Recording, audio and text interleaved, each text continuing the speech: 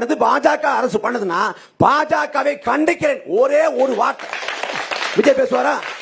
திருப்பரங்குன்றத்தில் உங்க நிலைப்பாடு என்ன? திருப்பரங்குன்றத்தில் உங்க கருத்து என்ன? என்னடா எந்த சிக்கலுக்கும் வாயை திறக்க மாட்டேங்கிறாருன்னு பார்த்தா அப்புறமா தான் விஜய் சொன்ன ஒரு தத்துவம் ஞாபகத்துக்கு வருது. உசுப்பேத்தவன்ட்ட உம்முன்னும் கடுப்பேத்தவனுக்கு கம்முன்னு இருந்தா வாழ்க்கை ஜம்முன்னு இருக்கும். யாருக்கு ஜம்முன்னு இருக்கு? ஐயா விஜய்க்கு.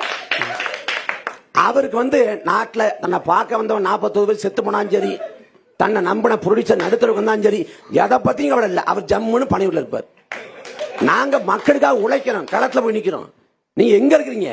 உங்களை பனையூர்ல இருந்து வர வைக்கிறதே அதுவே பெரும்பாடா இருக்குது. 2026 தேர்தல் முடியும், நாங்கள் களத்தில் இருப்போம். ஐயா நாஞ்சி சம்பத்தும் இருப்பாங்க, அங்க இருப்பாங்களா இருப்பாங்க. அப்ப பாப்போம். இதே வாய்ச்சவடால், இதே கம்பீரம், இதே வீராப்பூர் இருக்கான்னு பார்ப்போம்.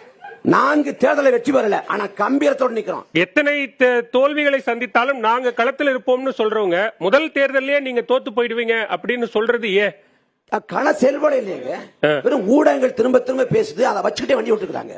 வெற்றியை சுவைச்சவங்களே, அதிகாரத்தின் மேல இருக்கவங்களே மமதையோட திமிரோட பேசக்கூடாது. நீங்க அதிகாரத்தின் நிழலை கூட தொடல. உங்களுக்கு களம் எப்படி இருக்குன்னு தெரியாது. நீங்க மனக்கோட்டை கட்டிட்டு இருக்கீங்க. அப்புறம் ஐயா சொல்றாங்க இந்த ஆடு மாடுகளுக்கு வாக்குரிமை அப்படின்னு. அணில்களுக்கு வாக்குரிமை கொடுத்தால் நீங்க வெற்றி பெற முடியும்.